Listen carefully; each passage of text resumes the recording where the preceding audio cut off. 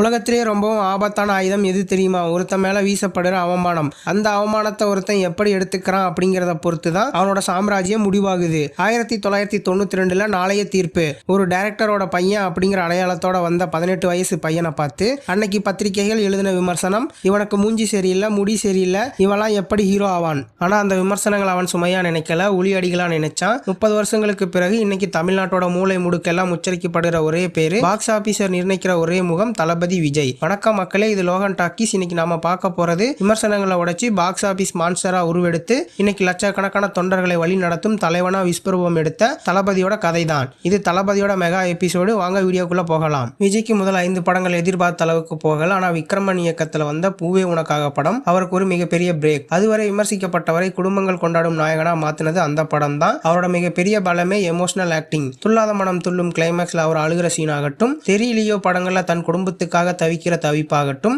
ஆக்ஷன்ல mass காட்டுற அதே தளபதி பார்வையாளர்களை தன்னோட அழுகை மூலமா ஈஸியா அள வச்சிடுவாரு. ஆக்ஷன் சென்டிமெண்ட் தாண்டி விஜயோட இன்னொரு முகம் அவரோட காமெடி டைமிங். ஒரு டாப் ஹீரோ வடிவேல் மாதிரி ஒரு லெஜண்ட் காமெடியனுக்கு சரிக்கு சமமா ஸ்பேஸ் கொடுத்து நடிக்கிறது சாதாரண விஷயம் இல்ல. அவங்க 2 பேரும் அடிச்ச லூட்டி இன்னைக்கு வரைக்கும் மீம் கிரியேட்டர்களுக்கு கண்டென்ட் கொடுத்துக்கிட்டு இருக்கு. எந்த ஈகோவும் இல்லாம தன்னை தானே கலாய்க்கிற காட்சிகளா இருந்தாலும் ரொம்பவும் இயல்பா நடிப்பார் விஜய். திருமலை கில்லி படங்கள் விஜய் ஒரு கமர்ஷியலா மாத்திச்சு. தமிழ் சினிமாவில் முதல் முறையா 50 கோடியை தாண்டி புதிய பெஞ்ச் மார்க் செட் பண்ணாரு. ஆனா விஜயோட பாக்ஸ் ஆபீஸ் எவ்வளவு ஸ்டெடியா இருக்கிறதுக்கு சீக்ரெட் என்ன தெரியுமா? அவரோட குட்டி சாம்ராஜ்யம் தான். 2K கிட்ஸ்ல தொடங்கி இப்ப இருக்கிற ஆல்பா கிட்ஸ் வரைக்கும் அவருக்கு மிகப்பெரிய ரசிகர் பட்டாளமே இருக்கு. அவர் பண்ணுற சின்ன சின்ன மேனரிசம், சிக்னேச்சர் சல்யூட், ஆபாசம் இல்லாத படங்கள், இது எல்லாமே குழந்தைங்களை ஈஸியா அவர் பக்கம் இழுத்துடுச்சு. ஒரு குழந்தை படம் பார்க்கணும்னு அடம் பிடிச்சா ஒட்டுமொத்த குடும்பமும் தியேட்டருக்கு வந்துதான் ஆகணும். கில்லி, போக்கிரி, நண்பன் அவர் கொடுத்த மெகா ஹிட் எல்லாம் ரீமேக் படங்களா இருந்ததுனால விஜய் ரீமேக்ல மட்டும்தான் ஹிட் கொடுப்பாருன்னு ஒரு விமர்சனம் இருந்துச்சு. ஆனா அதை துப்பாக்கி, கத்தி, மெர்சல், லியோ மாதிரியான ஒரிஜினல் ஸ்கிரிப்டுகள் மூலமா சுக்குநூறா உடைஞ்செறிஞ்சாரு.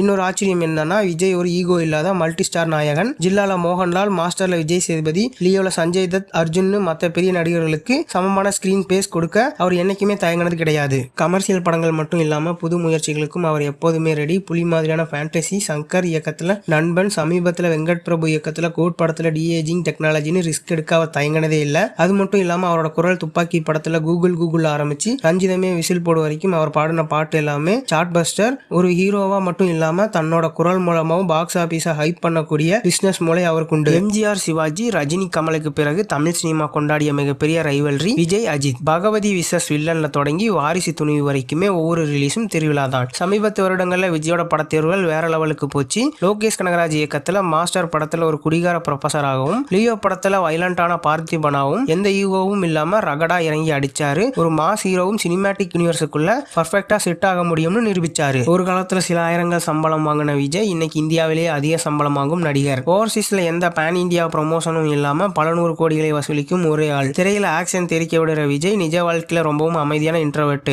ஆனா அவர் ஆடியோ லான்ச்ல மைக்கா பிடிச்சு என் நெஞ்சில் குடி இருக்கும் என சொல்லி ஒரு குட்டி கதை சொன்னா சோசியல் மீடியா அதிரும். விஜய் சடனா ஒரு நாள் அரசியலுக்கு வந்து விடல. பல வருஷங்களுக்கு முன்னாடியே விஜய் மக்கள் இயக்கம் மூலமா அடித்தளத்தை ஸ்ட்ராங்கா போட்டாரு. கொரோனா காலம், மழை வெள்ளம் வந்தப்பெல்லாம் எந்த விளம்பரம் இல்லாம தன்னோட ரசிகர்களை களத்துல இறக்கி விட்டாரு. இன்னைக்கு தன்னோட 69வது படத்தோட முழு நேர அரசியல் ஈடுபட போவதா அறிவிச்சிருக்காரு. கட் அவுட்டுக்கு பாலாபிஷேகம் பண்ணிட்டு இருந்த ரசிகர்களை விலையில்லா நூலகம், கல்வி விருதுகள்னு மாற்றி இன்னைக்கு தமிழக வெற்றி கழகம் என்ற அரசியல் கட்சியின் தொண்டர்களாக மாற்றியிருக்காரு. 30 வருஷங்களுக்கு முன்னாடி இவனெல்லாம் நடிக்க வர முடியுமான்னு கேட்ட அதே இடத்துல இன்னைக்கு இவனை அடிச்சு கால் இருக்கான்னு கேட்கிற அளவுக்கு உயர்ந்திருக்காரு தளபதி விஜய். அவரோட சினிமா பயணம் ஒரு பிரம்மாண்டமான எபிக் அப்படின்னா அவரோட அரசியல் பயணம் அதோட பல மடங்கு சுவாரஸ்யமா இருக்க போகுது. விமர்சனங்களை உடைச்செறிஞ்ச அந்த 18 வயசு பையனோட விடாமுயற்சி தான் இன்னைக்கு ஜோசப் விஜயா பல கோடிக்கணக்கான மக்களின் தளபதியா மாத்திருக்கு. உங்களுக்கு விஜயோட எந்த அவதாரம் ரொம்பவும் பிடிக்கும்? அந்த ரகடான லியோ பார்த்திபனா, இல்ல சென்டிமெண்ட் ஹீரோவா, இல்ல அரசியல் தலைவரா? கமெண்ட் செக்ஷன்ல சொல்லுங்க. இந்த வீடியோ உங்களுக்கு பிடிச்சிருந்தா நம்ம லோகன் டாக்கீஸ்க்கு லைக் பண்ணி, ஷேர் பண்ணி, மறக்காம சப்ஸ்கிரைப் பண்ணுங்க. சினிமா டாக்கீஸ் எப்போதுமே லோகன் டாக்கீஸ். அடுத்த வீடியோல சந்திக்கிறேன். டாடா, பை.